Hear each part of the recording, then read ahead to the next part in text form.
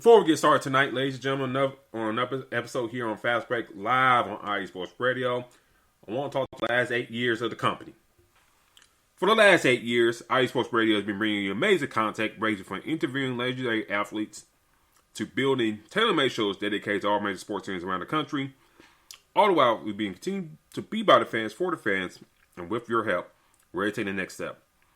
When you go to our website, iesportsradio.com, you'll see our Patreon link with 5 different tiers. The first one starting at $5 a month. This donation gets you shout-outs on all 32 of our shows. Higher tiers include IE Sports Radio merchandise, access to our podcasting university, and even a chance to be featured on a segment of our flagship show, The Defining Moment. Thank you all for very much for continuing to make IE Sports Radio your direct feed for all the sports. I want to shout out to our 4 Patreon members: Bay Area Rays, Marcus, Los, Great, Key to the Gate, and Anonymous. Thank you for everyone to make our 8th anniversary special. Here's many more years to come. Now on to the show.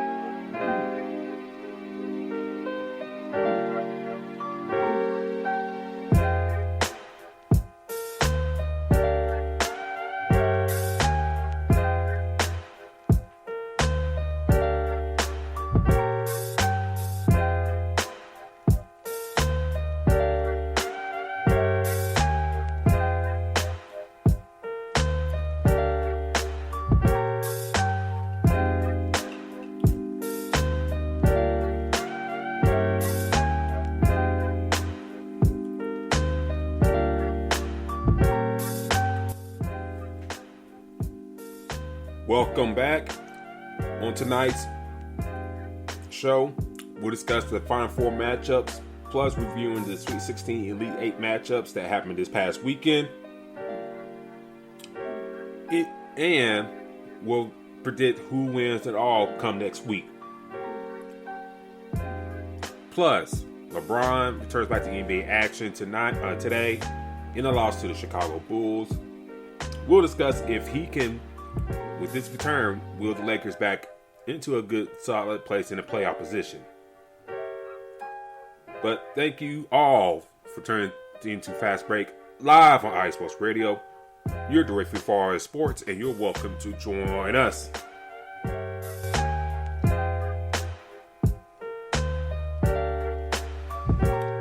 And join us as you shout tonight, ladies and gentlemen. Lots to talk about, lots to get into, lots to dive into tonight. Lots to go over, especially in the NCAA tournament, in the men's side. Lots of things to go over there. The women's side, UConn got bounced.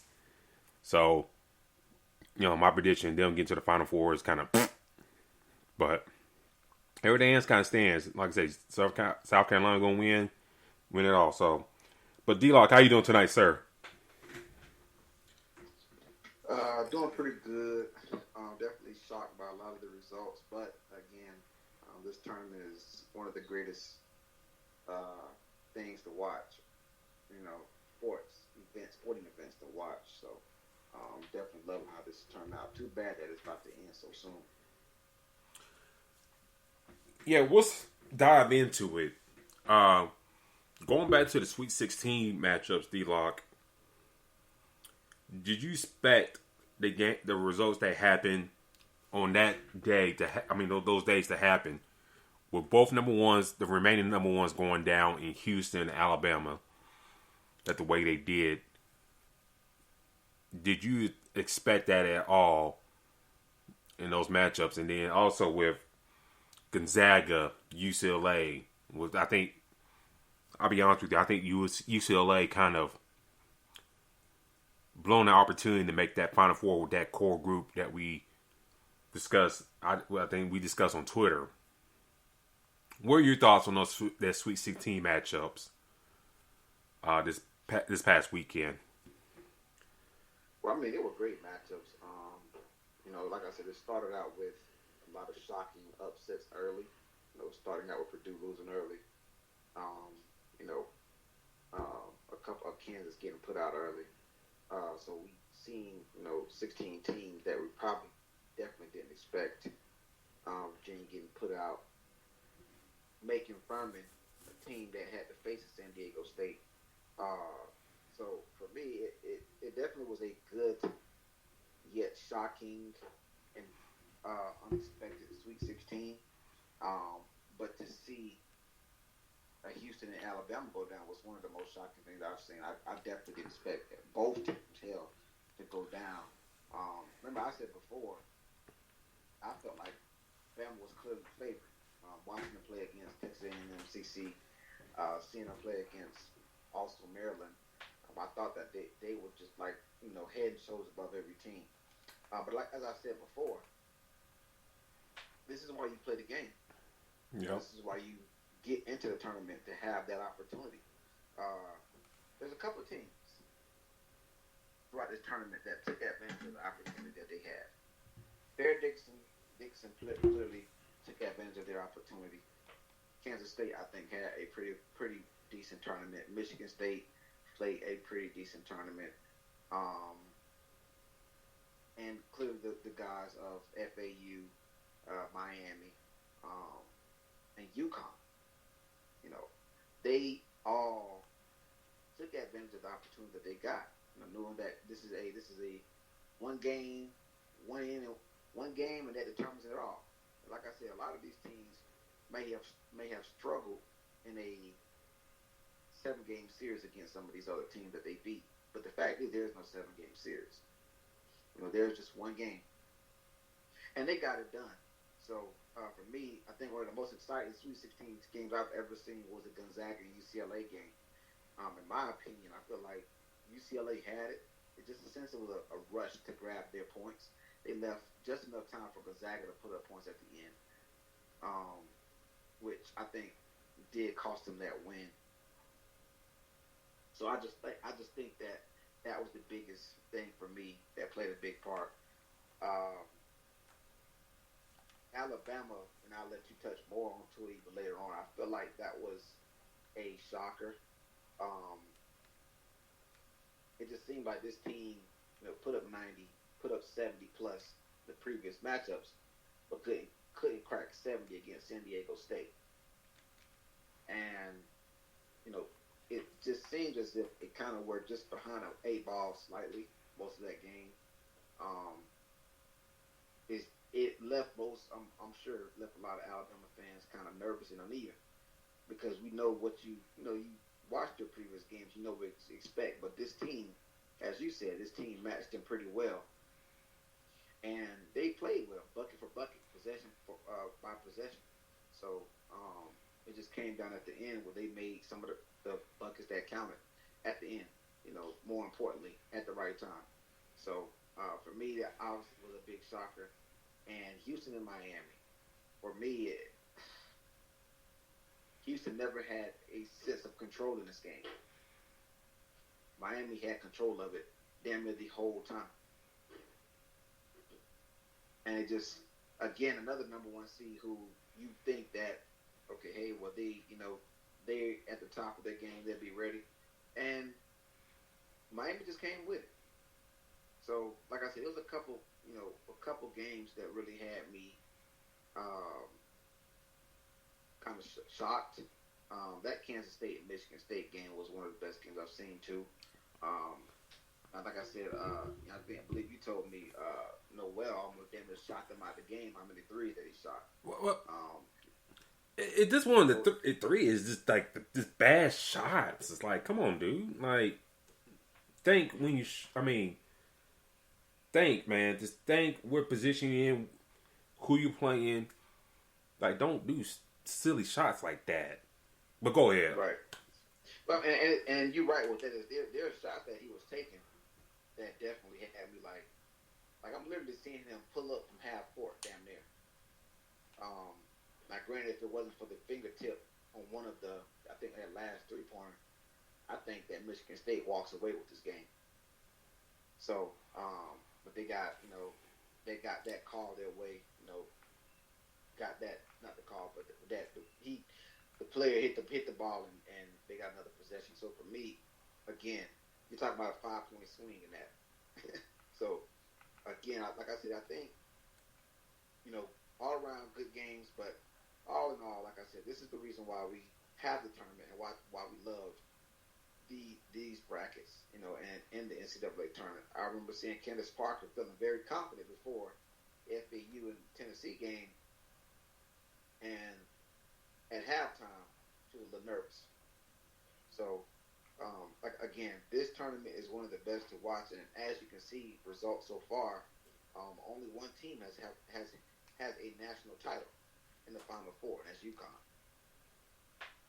So this is going to be very interesting how this play out. But that Sweet 16 was the one that really did it for me. That round, that had me, on the edge of my seats every possession. For me, in the Sweet 16 matchups, I think let me go around the circle real quick. Thursday's matchup, like he alluded to about Kansas State, like Noel at times, you gotta play smarter, in that game, and then, the law pass to I forgot the kid's name, to Johnson was beautiful. I couldn't hate on that. That was beautiful to kind of get that it was like big momentum shift when that play happened.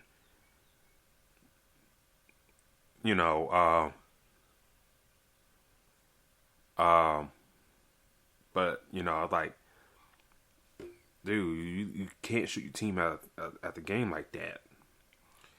And then the way Hogard was playing was in that late second half overtime. It could have easily went their way, but Kansas State did a good job pulling it out. I thought Arkansas will probably, I thought they had a little momentum beating Kansas, Musselman taking his shirt off and stuff like that. But UConn put the clamps on them, and especially at the end of that first half. After that, they were done. They couldn't speed up the game for nothing. All that stuff against UConn, and UConn won handily against them in that game. FAU, Tennessee, credit to FAU not letting Tennessee's size differential get to them. They stuck through and stuff like that, in that game.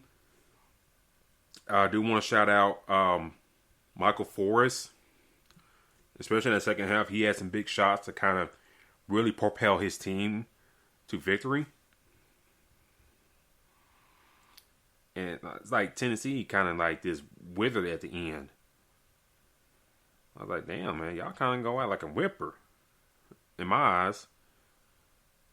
But I credit FAU, to winning that game. And I wonder, since FAU has gone to the Final Four, I wonder the coach, Dusty May, will he be looking at will he start getting look at Power 5 jobs here? Probably not in this offseason. Who's to say? Never say never.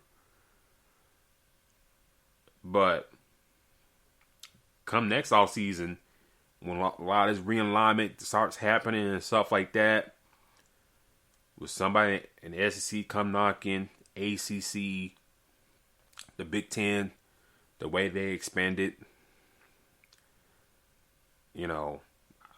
who God knows what's going to happen with the rest of the Pac-12 or Big 12. But we may be seeing another run with this school if he stays for another year. If you say no, I think we see a good run. But if not, if he gets another job elsewhere, Texas Tech still got a job open. Their job opening open. I don't know who else made decisions yet, but we'll see. But shout out to him. He did a great job with this squad and then never let them go down. And the big one for me, Gonzaga, UCLA.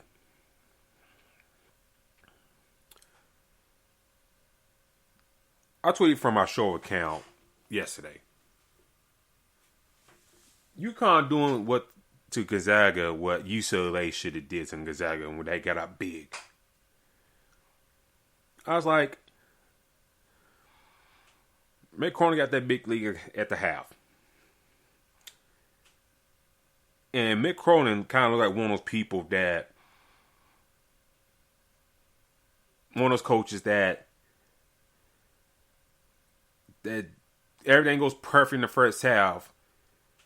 He'll kind of shoot himself in the foot and kind of just sticks to his old plan. And they really, really, really went to Mick Cronin ball in that second half. And Gonzaga made him pay for it.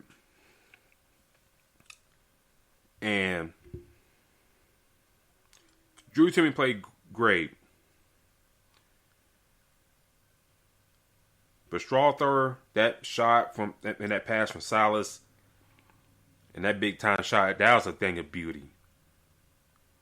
I mean, that was ballsy to kind of do that type of pass and make that type of shot. That was ballsy. That was like a chef's kiss right there.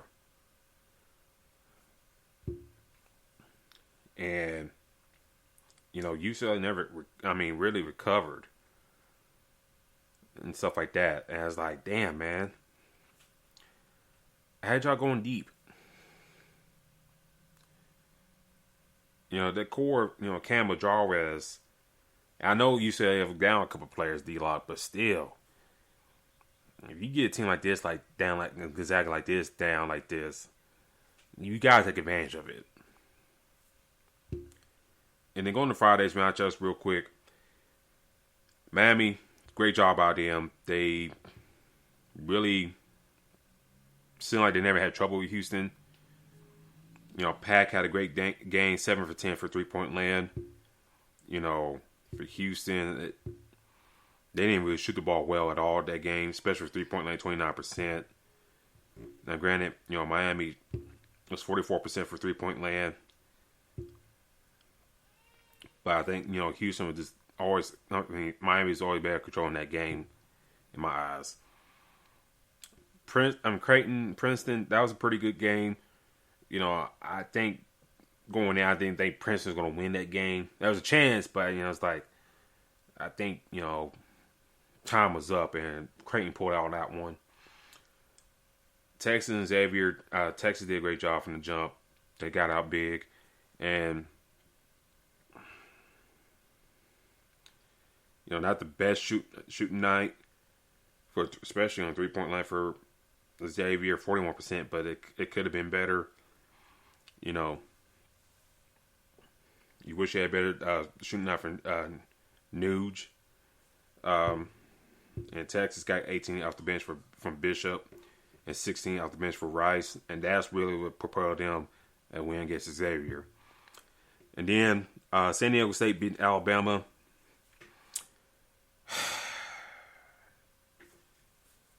I knew going in it was going to be a tough matchup.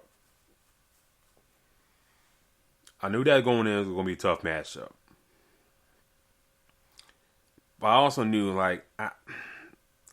they play similar defensively. But let's all be real here. Alabama's a way better offensive team. But thing that I think is Nate Oates' Achilles heel about his offense, D-Lock, that he don't like the mid-range game at all. It's either 3-point or layup or dunk, whatever. No in between, to be honest with you. And if some of y'all watched it in the chat, watched that game, there's really, if y'all haven't watched Alabama basketball like that, there's really no in between there. Because if you're playing a team like San Diego State, you gotta have you gotta keep them honest. If you can, if you're a basketball team, you keep one team regulated to one area. If their shot not falling in one area, and I know I'm good, I could defend down low like we can, like San Diego State, then give me that all day, every day. But if a team can play all three levels, down low, mid range, outside, then I got a different problem. But if I can make their day a living hell out on the wing to a point, because at one point Alabama got up by 9, but and I say this, that's when they should have Mark Sears run the offense through Sears and JQ more, because Brandon Miller wasn't doing nothing. Let's be real about that. He was not doing nothing. And I think if you kept him in Sears, JQ's hands, I think you'd been all right. Not saying San Diego State could have made a run, because at that point, Bradley hit some mid-range shots. Trammell hit some mid-range shots towards the end of that game that really pulled through. And, we saw what happened. Even when Alabama down, they still live and die by that 3. JQ trying to drive the lane. They're swatting his shit like nothing. And I was like screaming at the TV at this point, D-Lock's like, dog, they beating your shit in like this. Pull up for a mid-range game or something. Pull up. Driving in, crossover, mid-range. Give them a different look. But they couldn't give them a different look to kind of change things up. Because now at that point, D-Lock, okay, you hit a good couple mid-range shots. Then you could be freeing up the bottom lane down low, the post down low. If they close down as quick as they are, now you can kick it out to the 3-point land, maybe get some shots going, stuff like that.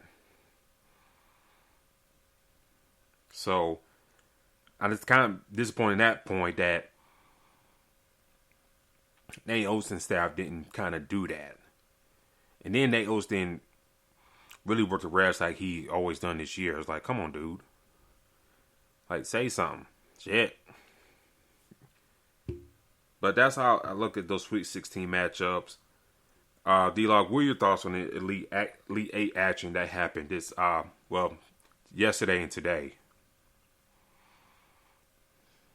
Well, for me, for one, the Elite 8 because of the Sweet 16, I was intrigued to watch, the Elite 8 to see, what was going to happen, because, hell, I thought that Texas and Xavier when Texas beat Xavier by, more than 10, I'm thinking, okay, they should surely take care of Miami.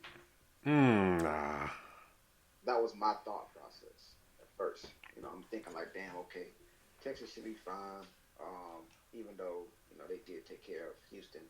I'm expecting Texas, because I thought that Texas, at that point, in my mind, I'm thinking, okay, Texas is probably going to be the team to watch out for. And Miami just came with it, man. Like, they came ready to go, and they took that win. I mean, that was like a shocker for me, because I just thought that, me having the Houston and Texas Elite 8, expecting Texas to get that win. And Miami is just on the roll right now, especially if you get that conference beating Houston, number 1 seed. Now anything's possible with that mindset.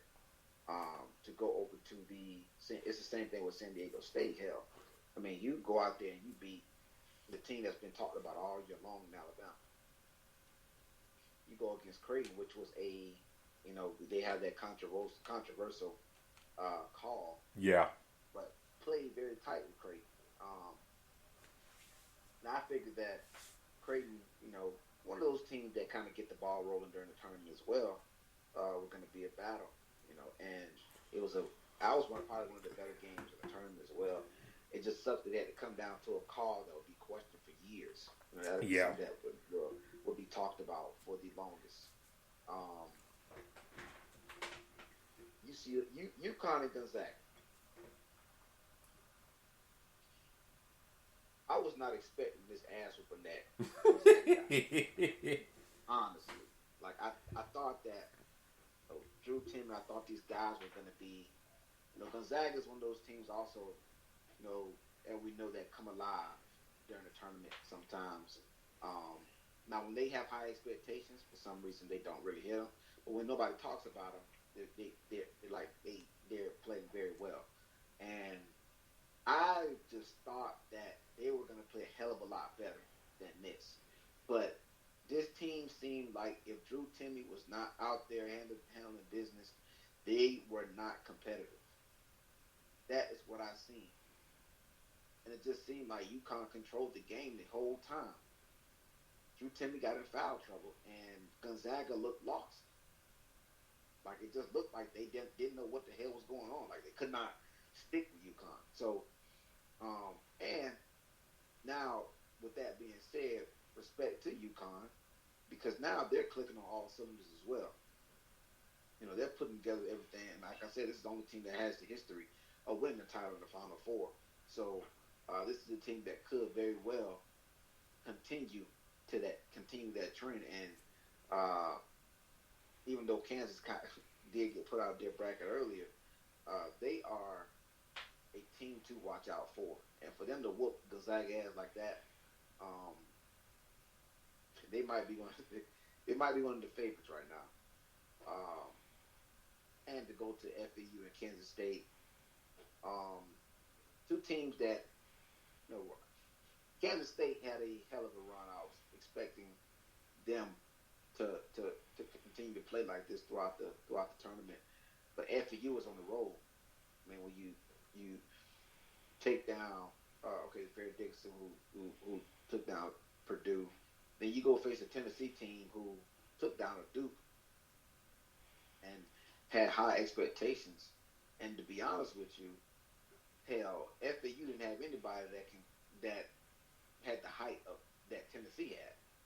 So Tennessee, was killing the first half, and then FAU come out and started making it rain at 3-point land and took over the game at that point with the momentum.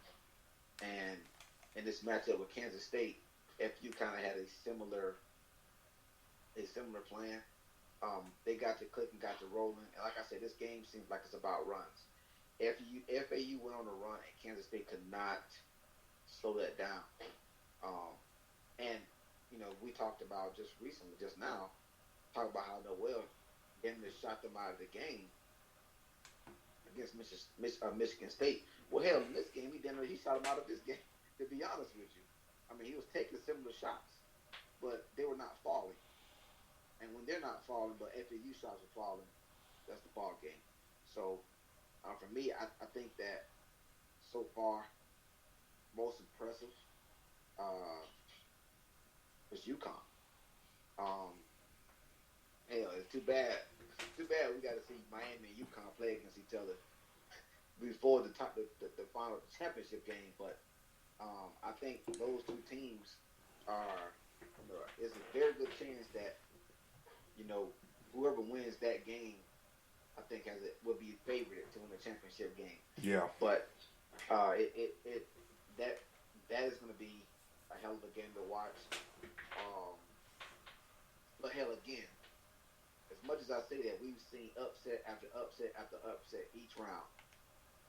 So this title, again, this is why I love March Madness, because anything can happen, and we're seeing it here. So the Elite Eight was good.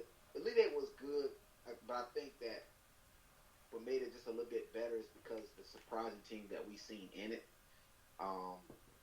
And then we seen, the upsets, like, damn, like, okay, FAU win, okay, San Diego State, okay. So now you get down to your four, and it's like, I'm pretty sure in everybody's bracket, there's nobody that had these four in their Final Four. So, the Elite Eight was definitely fun to watch, and it went by pretty fast. I'll be honest with you, on the FAU Kansas State game, I did not watch that game. I had my daughter's birthday party around that time, so I did not watch that game at all.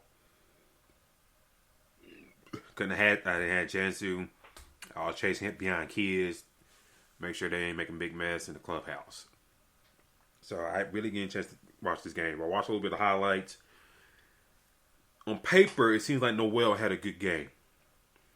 Stat line wise, 30 points, 12 assists. But, you know, what you alluded to, like, you know, taking those shots just to take those shots, you know, really don't help your case. And I said this by we talked about this a little bit before the show. I talked about this by FAU. You know, like I said, someone brought up the point. Either Seth Davis is on CBS or somebody at ESPN saying around conference tournament time when they were losing a little bit to Middle Tennessee, they said if they lost that game against Middle Tennessee, they shouldn't have gotten into the tournament despite their record. And I said, well, I mean, you play who you play. And I think, to be honest with you, 30 wins, what that means with those 3 losses, that shouldn't matter, to be honest with you. And I'd rather see a team like that instead of like a struggling Power 5 school, like a North Carolina or whatever, Oklahoma State, who get bounced out in the first round. So now you kind of look at it now. If they won a conference tournament or not, look at that now. And they're in the Final Four for the first time in school history. So, you know, the Golden Kid, the big man, he had a good game. You know, 14-13 for him. I think he'll be key if they're going to try to win a championship. He's got to play strong. Not always getting through, but there's a key point.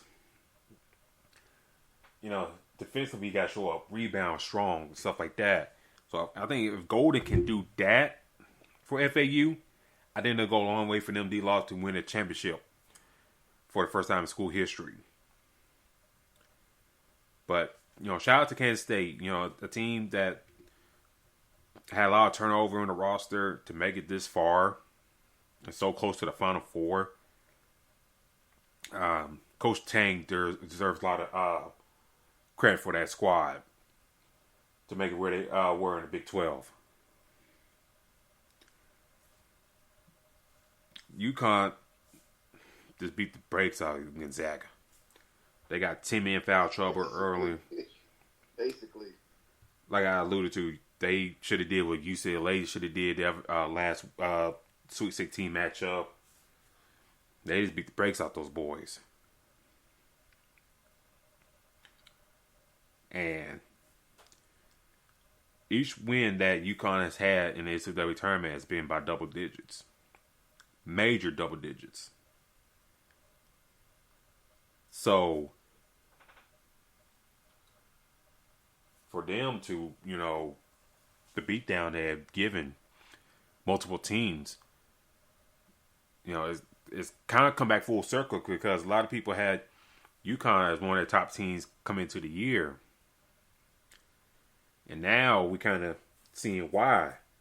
The middle part of the year, it kind of died down a little bit. But now, since conference tournament play and up to this point, they really kind of showed why they're one of the top teams in the nation. And I think you kind of look at things, I think they're tired to lose. And for Gonzaga, you know, it just wasn't their year. It just really wasn't their year.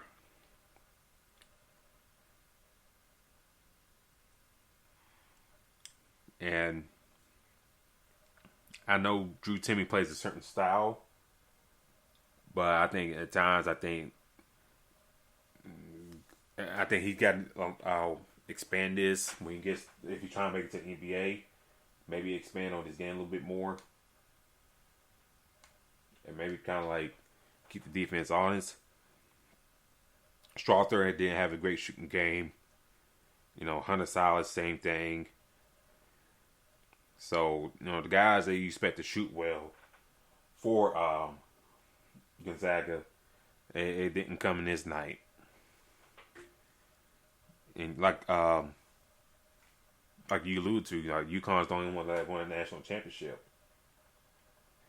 And the rest of these guys have not. So, can UConn win another title with a third different head coach within the past 15 years, or somebody new will host a championship? Going in today's action, you can argue about the Creighton San Diego game. Should the refs call that foul or not? Like you alluded to, it's going to be a tough one to talk about. It's going to be one to talk about for years to come.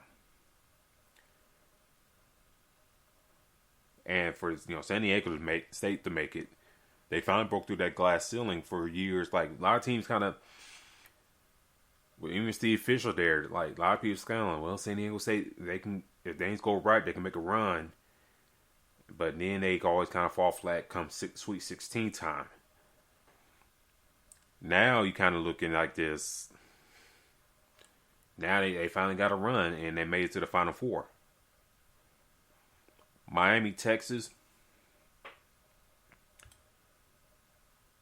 I forgot that coach's name. Larry Lugana, who led George Mason all those years.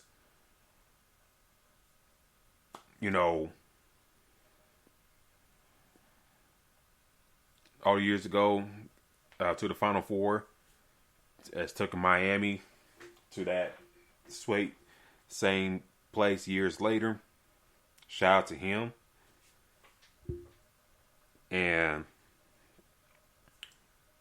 I don't know how much I don't know how many more years he got as a top coach like this. But if you're gonna go out like a certain way, then winning championship will will help with that momentum shift. And I do want to say this, to be honest with you, about Texas. And I know they haven't made it official. Maybe they wait to the end of the season to say this, but Rodney Terry, D-Lock, deserves the head coaching title. He has maintained things, got his team deep into the tournament. Because when Chris Berry got let go in December, things could have went down. But he kept things through and got this team to almost to the Final Four.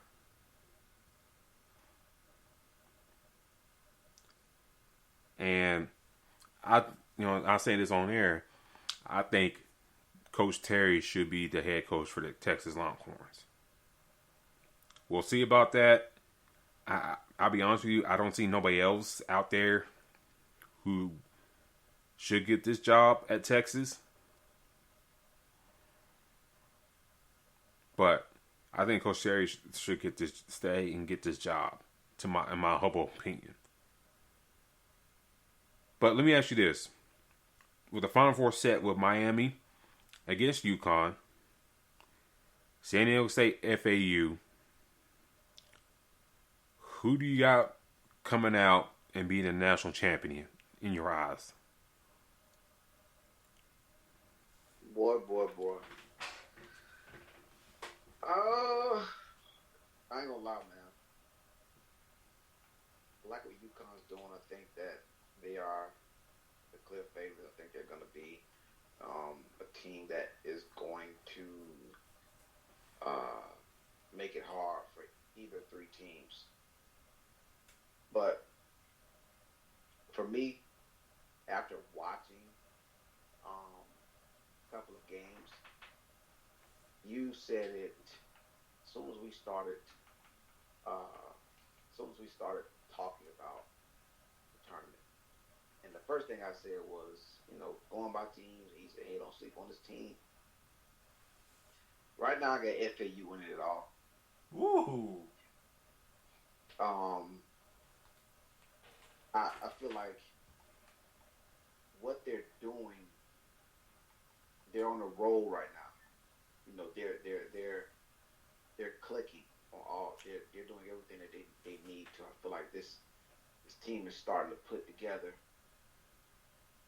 Their confidence is growing. Now, granted, they had Memphis the first round. That was probably their toughest battle. They got Fair Dickinson. Team that beat Purdue. You know what? This is going to be that Cinderella. Whichever team is going to win, we'll see them go to the next round, get bumped out. They go out there and beat Tennessee, who I thought that after Purdue got put out, I thought that we would see Tennessee come out of the East bracket.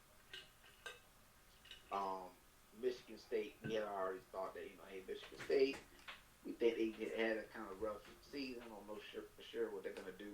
They go upset Marquette. They go play Kansas State, take that L. Kansas State gets that win. Hey, you know what? They got the next round. We think that Kansas State is for real. Then FAU takes them out. So for me, they are being underdogs in every round except the Fair Dickinson matchup, and they continue to step up to the plate, step up and bring their best foot forward, challenging the other team to come with it. Now, what I've noticed about this team, they don't start out really hot. They get hot a little bit later. So, more so that, quote, living it down by the three. They start hitting their shots, they are going to be a big problem. So I definitely see them being the champs. I think that that matchup between Miami and UConn is going to be one of the best ones that we've seen. I think whoever wins that game is going to be the favorite, clearly, because of the brackets that they've been through, UConn's history. But I think that this year's Cinderella team is FAU. I feel like this is their chance to do it. They are in that. Hey, we're one. These games are one and done. So let's bring our best foot forward, and let's see what comes with it. And that's why I think it's going to happen. I think they go beat a San Diego State who confidence is super duper high. For taking out of Alabama.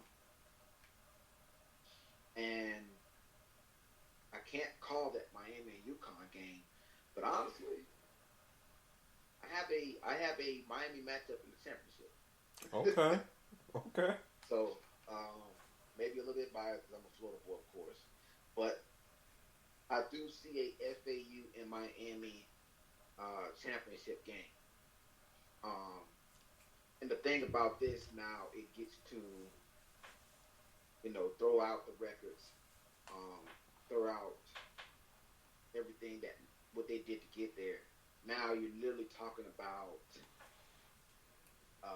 FAU against a Miami, and let me double check something really quick. So you're talking about two teams that are within an hour of each other. Yeah. So for me, hopefully I'm not letting just the bias side get inside this decision, but I really think that FAU wins this. This is going to be one of those historic times that the little brother beats the big brother, and we know what Miami has as far as all sports. We talk about University of Miami down. They don't never talk about FAU like that, really. And I think this is the moment where FAU has that one moment that changes everything for their university.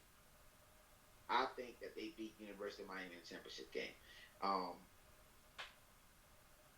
Have Miami beating UConn because right now, clearly the history behind the UConn, I think Miami has a little bit more motivation to get this victory, and I think Miami go ahead and grab that victory, and then they face little brother in the championship. But I think this is one of those times where you look at this whole series, this whole bracket, right? We've been talking about, well, hey, if this team plays this team 2 or 3 times, more likely the bigger brother will win. We've seen all bracket long teams that win that are unexpected or shocking wins, surprising wins, and I think that's how this tournament ends. I think we end this tournament with a surprising victory from FAU. So I'll say now I have FAU over Miami championship game. Hopefully I'm right. For me, Brian Dutcher, coach of San Diego State, who took over Steve Fisher back in 2017, he brought a point after the Alabama victory, like, oh, yeah, it was a great win and stuff like that, but we're not going to, hang our hat and celebrate and all that stuff. And, that Creighton game could have went either way, especially late like that.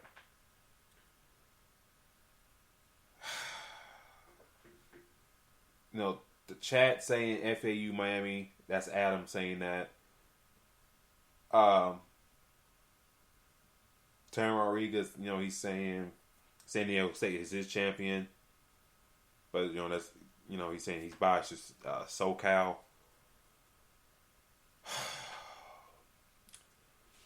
Terry asked a good question.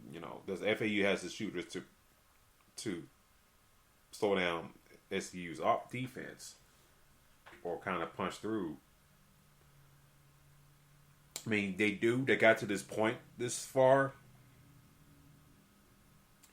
If any team would have done that, it was Alabama. But, like I talked about earlier, Nate always still trying to get Brandon Miller going. But he should have put the game in his guard's hands and kind of shot himself in the foot. Now, Sears going out with the eye injury didn't help, but my point still stands that Oates should have ran the offense through Sears, and he could have had a different outcome in that game. Now, San Diego State went on the run, then they were on the run. But it would have been more of a catch-up in my eyes if they kept it in the guard's hands. Whereas, I get to my point, when it comes to FAU,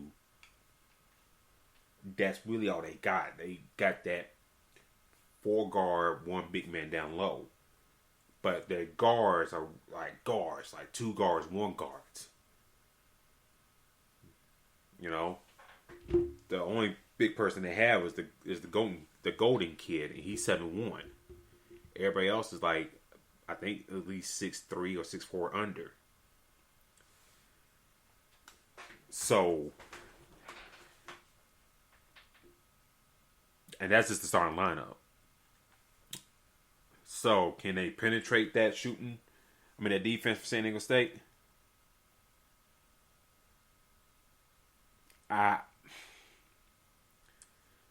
Tough to say.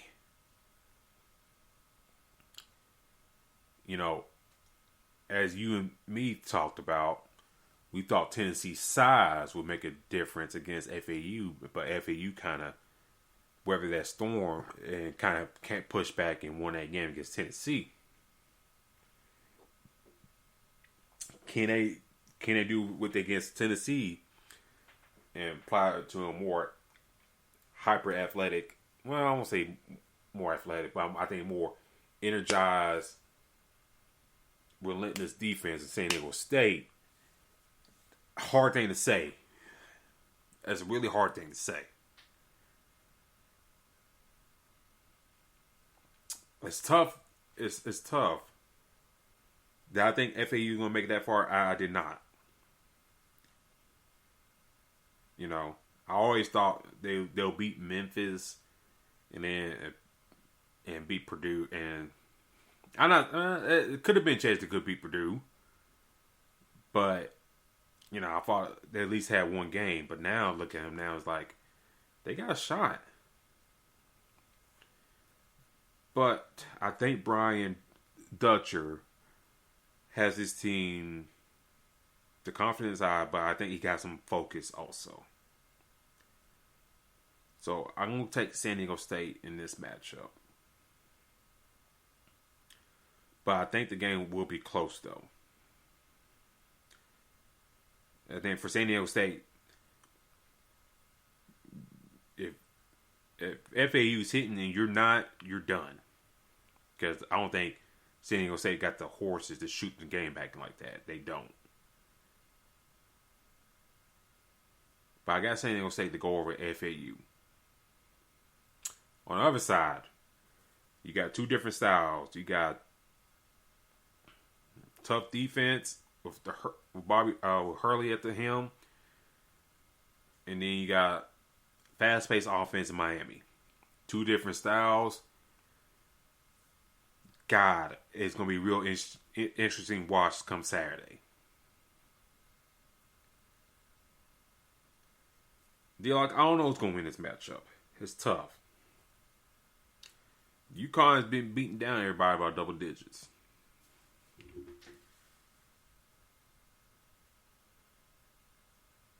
Miami, in this tournament, has been about, besides the Drake game, has been scoring in the 80s.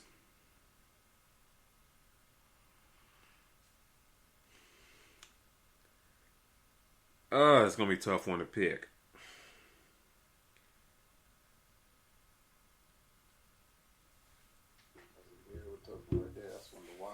That's why I said that matchup would be great, a championship game. But yeah. Is one. And the way UConn's going right now, I got to roll with UConn right now.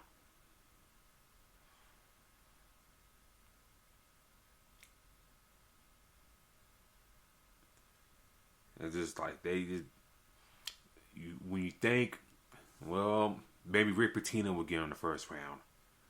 But then, they pulled away late. And then maybe, maybe, God, I forgot who they played. I'm pulling up right now. Well, maybe St. Mary's may get them. No, they beat them too. No, maybe Arkansas could get them. They got a little momentum going and stuff like that. Blah, blah, blah, blah. No, fuck that. They beat them now. Well, Gonzaga, they consistent. Mark Few, Drew Timmy, blah, blah, blah, blah. They came back and beat UCLA. Nope. Hell no. So, I go on UConn against Miami. And then you get to the championship game of two similar styles in San Diego State, UConn. I just think UConn's better offensively. And I think UConn will win the national championship. But if for either team, I think for San Diego State, I think this will be their best scenario to come out with, because UConn, y'all can just play bully ball with each other and see who comes out on top.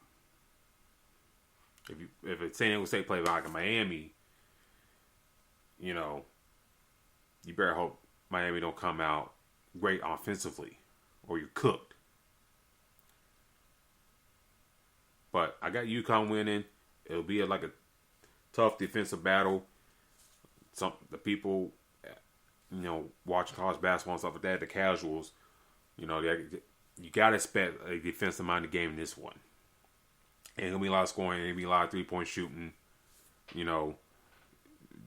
This is what you're gonna get in this type of game. So, like I said, UConn, for me, winning the national championship, I think the path is got a little bit easier for them. Like with the likes of Kansas going out, Houston going out, Texas going out, UCLA, they knock out Gonzaga. They just had the path is just golden for them right now. Definitely, it seems like. So that's how I look at it. I wonder what y'all in the chat, what y'all think, who's going to come out in the Final Four. I know everybody's brackets. When we kind of did our brackets, I had Alabama. I did about 5 brackets. I had UCLA in one, Kansas in one, and Alabama in 3 different scenarios. And all those teams will release or are gone by the Sweet 16. But I did do one bracket that I got Miami to this point, though. So I kind of I thought Miami, okay, if they get high scoring and stuff like that, with certain teams, then I think they can make it at least to the Final Four. And, look where we're at right now. They made it to the Final Four. So we're looking at it right now. It's like I didn't expect these teams here, but as we talked about in the show in the past for the past couple of weeks, especially in the men's side of things, like the gap of talent and teams that are far better than everyone, it's just like it's not there anymore. And this is where we're at right now.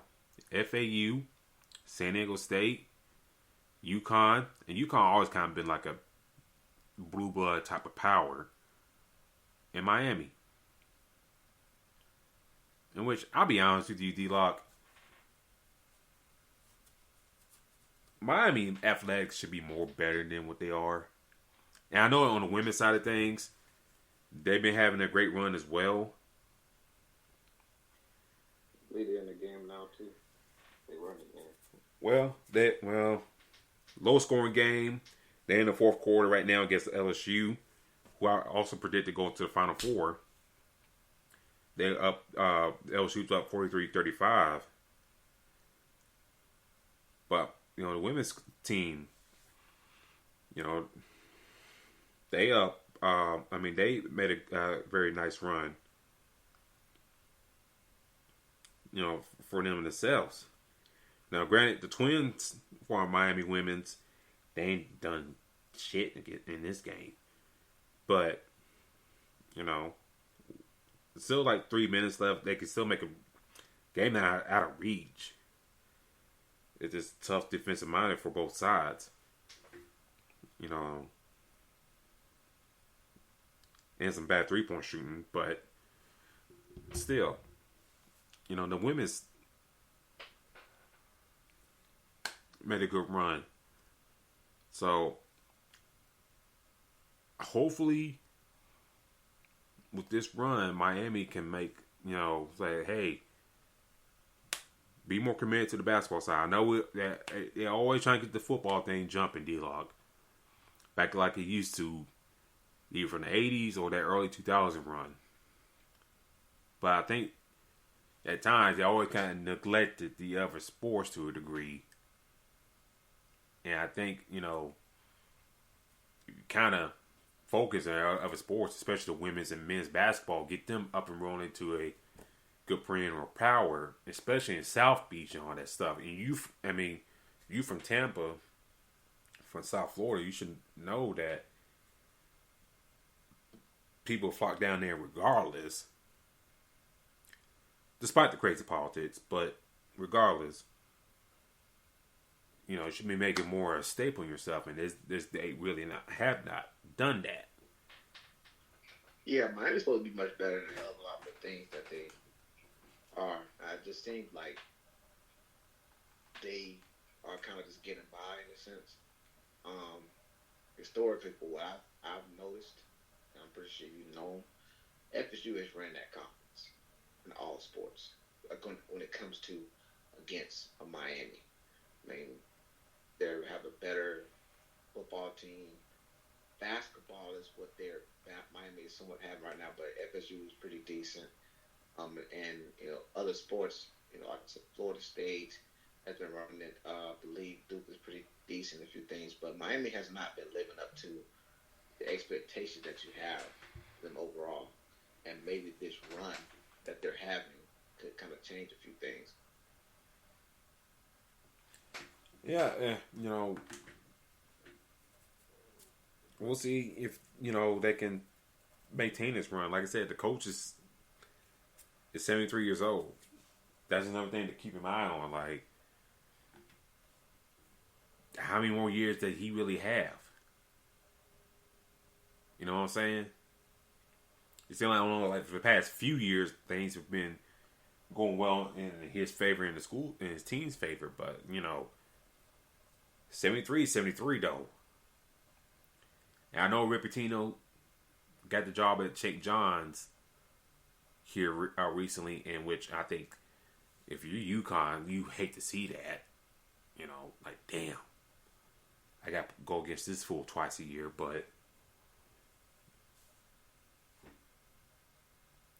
with the way the ACC kind of looks right now, you got Bennett in Virginia, you got Hubert Davis in North Carolina, who, if things don't swing right, his ass could be jettisoned. Old boy at Duke, John Shire. We'll see what he does. Hamilton at FSU, who just had a down year.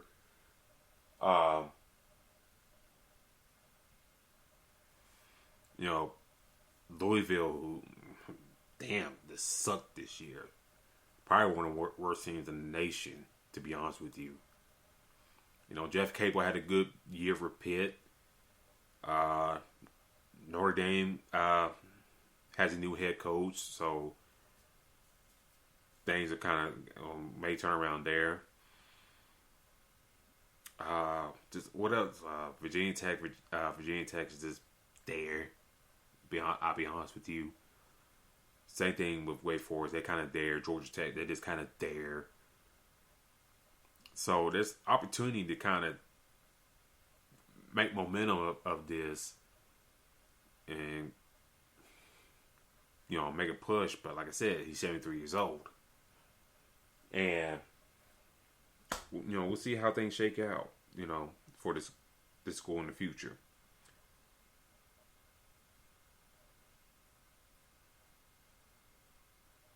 Yeah, for me, I definitely think that when you have these, we came a long way with this tournament. Yeah. We had we just were talking about, with the bracket who we had, I believe, pretty sure we both have, pretty sure I still have the bracket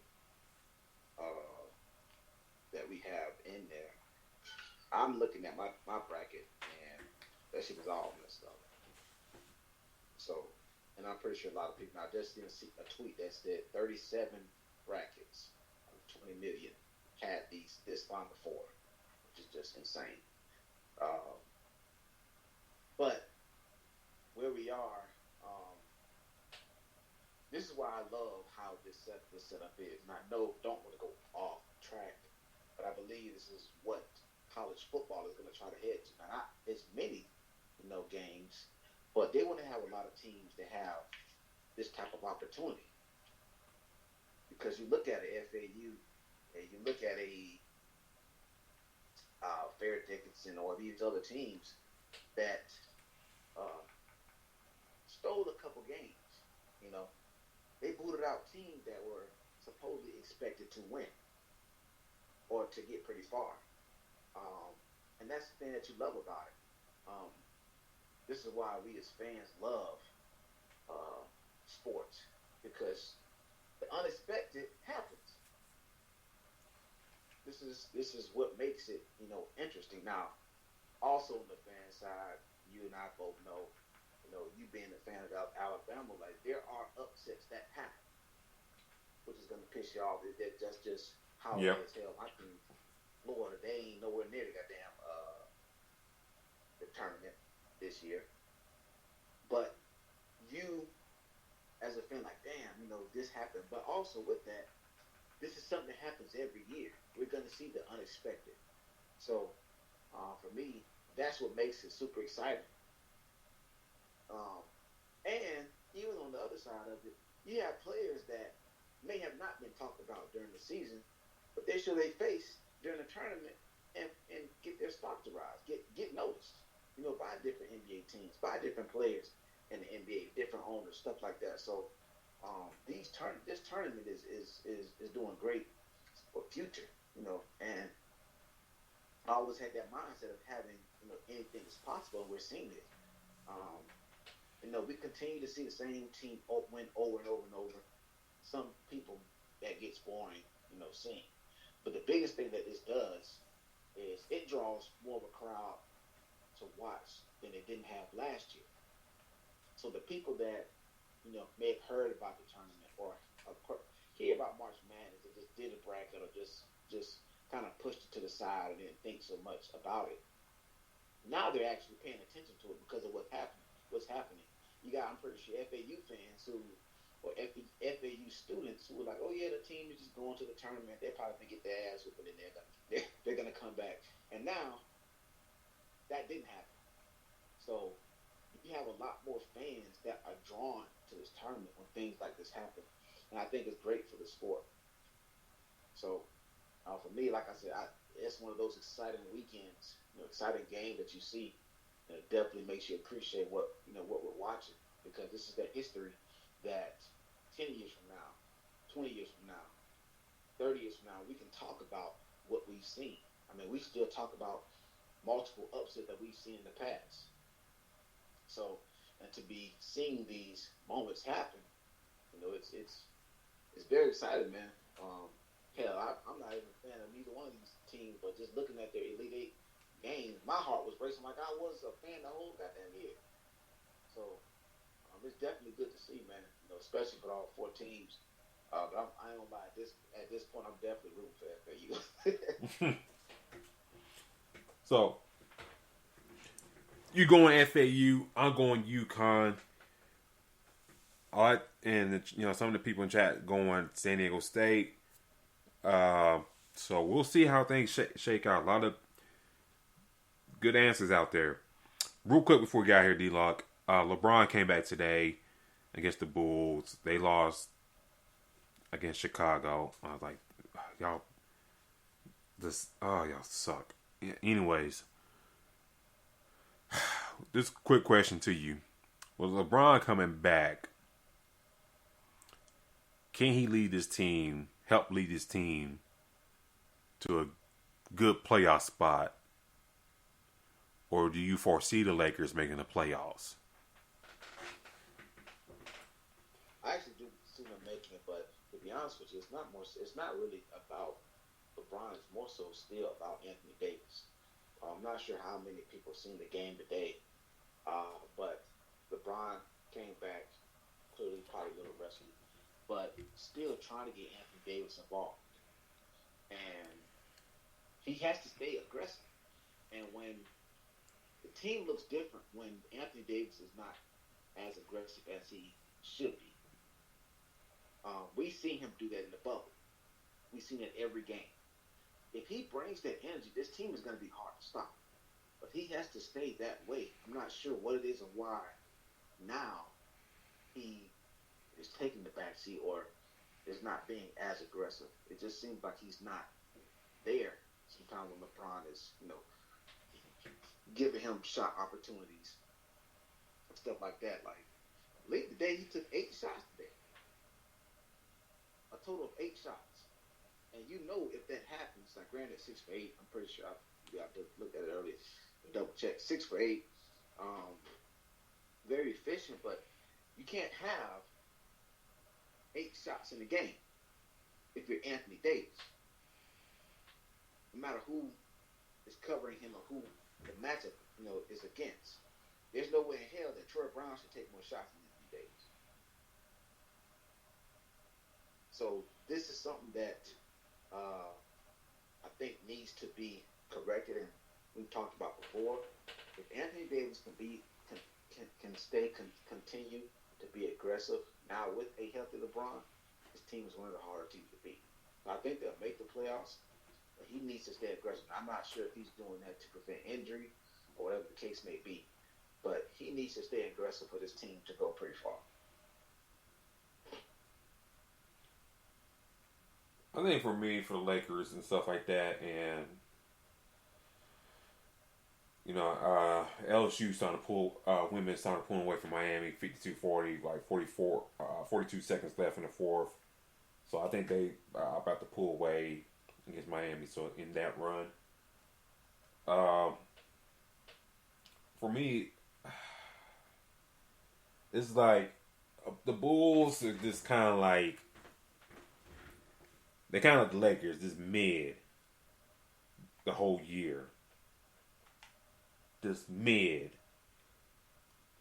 And then you let Zach LaVine have 32 points on you. And then on top of that,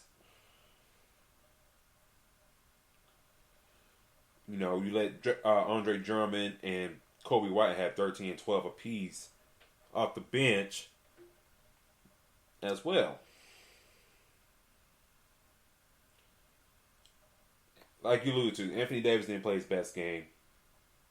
He had 5 fouls also in that game. LeBron had 19 off the bench.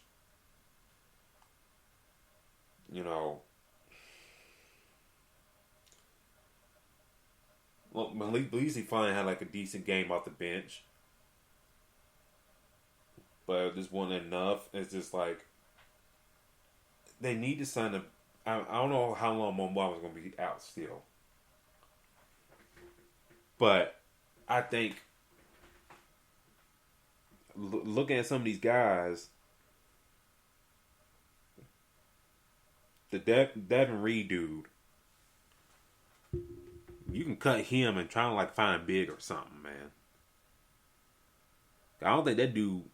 I probably go back and look some of the box scores. I don't think that dude paid like a lick a minute for the Lakers since his trade from the Denver Nuggets.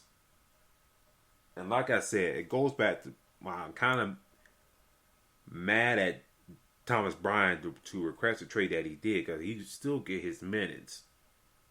Yeah, you may not be starting, but shit, dude. I mean, they getting Raylan Gabriel 15, 18 minutes here with your score, and you score a lot better than that fool. Sorry to say it like that, but you score a lot better than him, and just like what the fuck, you know what I'm saying? I hate to say it like that, but it's like, I don't know. And Terry Reagan's brought a good point, man. The D-Lock.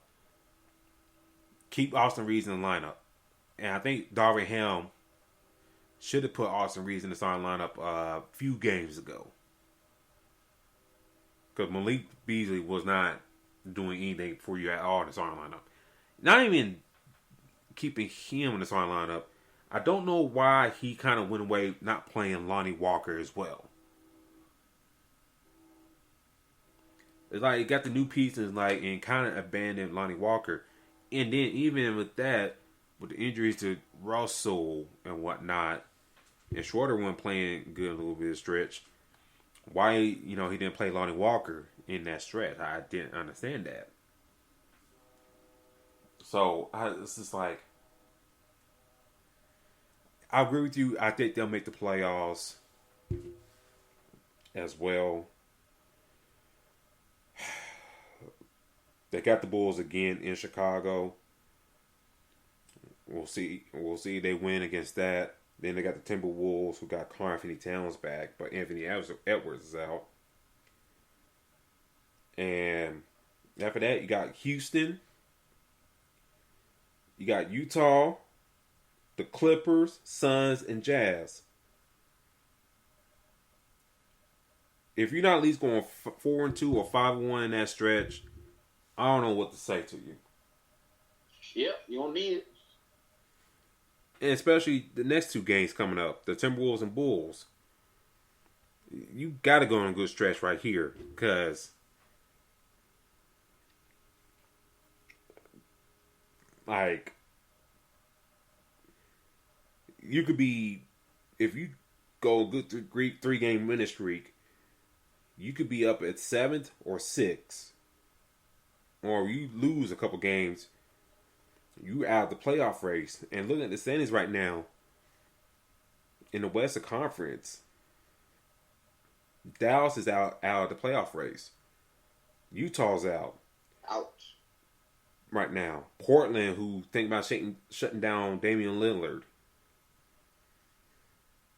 In which, if you're doing that, then you're just conceding not to make the playoffs. And then after that, from Phoenix on down, anything can happen there. Same thing in the East, real quick. The Bulls win to keep them afloat, but, you try and get up a little bit to get out of the play-in game. So, I don't know, man. D-Lock is just like, yeah, the Lakers can make it, but it's just like, who do you want to face in the top part, though? They will have to get on the roll. I mean, you can't. They got to start stacking wins. Now, that whole Portland stuff. We'll talk about that on a different show with Dane. That just leaves me with question marks with that situation. But Dallas is out. Like, the Lakers have the opportunity to get in, and they're going to have to start getting some of these wins. Now, for some reason, teams just shoot above 50 to 60% against the Lakers. So it seems like they're going to have to start shooting out the gym as well. But this is their opportunity. But again, I think that with LeBron being back, it's not necessarily LeBron taking the back seat. It's just that Anthony Davis has to continue being aggressive. This is the second time we've seen him. Remember earlier this season, he was on the tail like he was going to be in the MVP. Yeah. Race. Then he gets hurt, and then now he drops back. So he needs to stay aggressive, and if he can do that, I think they'll be fine. But Anthony Davis is night and day, man. Sometimes. So we'll leave it on that note. We'll see how this playoff race shakes out. It's going to be real interesting, and with the NCAA tournament kind of winding down, it'll be real interesting to see who comes out at the end of this playoff race and who plays in the play-in tournament. But this has been our show tonight, ladies and gentlemen. Thank you for tuning in with us tonight. D-Lock, how can people find you on social media? You guys can find me at Black-813. Black, the word -813. Let them know where they can find the show's page, man. You can find the show's page at Twitter at Fastbreak at IESR. That's Fastbreak IESR. You get the latest our thoughts on what's going on in the basketball world and all that stuff. Also, do check out iesportsradio.com for your latest show news and feeds. I'm trying to pull it up real quick.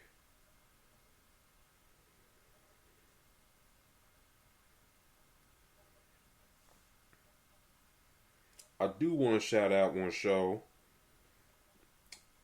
and he's in the chat right now.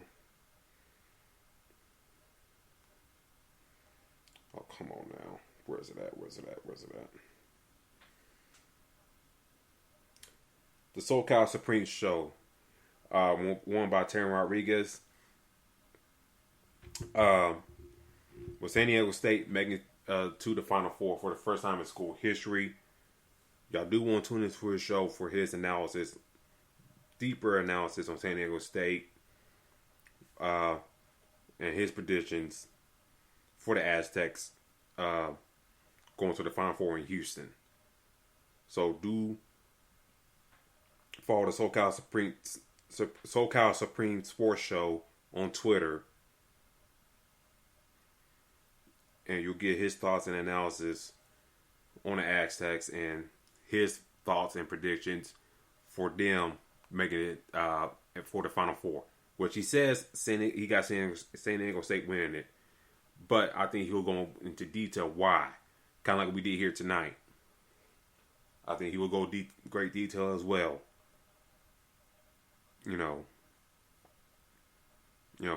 Why they should win. Also, our mock draft contest at IE Sports Radio is going to happen again, third year in a row, hosted by one Mike Pat, who does our DC show. So, do follow iSportsRadio.com for the rules on that. We had fun doing it last year, doing the NFL mock draft. Potentially 4 quarterbacks going to top 10. That'd be a lot of fun to kind of predict that and how that's going to go, and see how that turns out. So the mock draft contest back at iSportsRadio.com for the third straight year. So be on the lookout for that and the rules and stuff like that, and days to submit it and deadline, all that stuff. So follow Mike Pat on Twitter for that. I do have a Twitter account, Spawn4288 on Twitter. Follow me on Instagram, The Crooks Process. You can follow me on Facebook and Instagram. I am on TikTok, and if y'all don't keep with politics and stuff like that, they've been dragging the TikTok folks to Capitol Hill, and I don't know, they trying to ban TikTok here in the States. I just think the people in the United States government kind of mad because TikTok didn't originate from California. And they can get the data, but that's a whole nother subject. But I am on TikTok at the same name, Spawn4288. So we'll see how long TikTok lasts in America and all that stuff. Oh yes, Terry Rodriguez, yes. The Majesty Scoreboard, our Miami show hosted by JB every Thursday. So that'd be perfect for him to get his analysis of Miami, and that's on Thursday at 7 Eastern, 6 Central, 4 Pacific. His analysis and what his thoughts, what Miami got to do to win against UConn in that Saturday matchup. So check out those 2 shows on our network. Like I said, continue to follow us as well. Our thoughts on the Final Four and all that. But until then, ladies and gentlemen, thank you for tuning in with us. We'll talk to y'all later. Peace.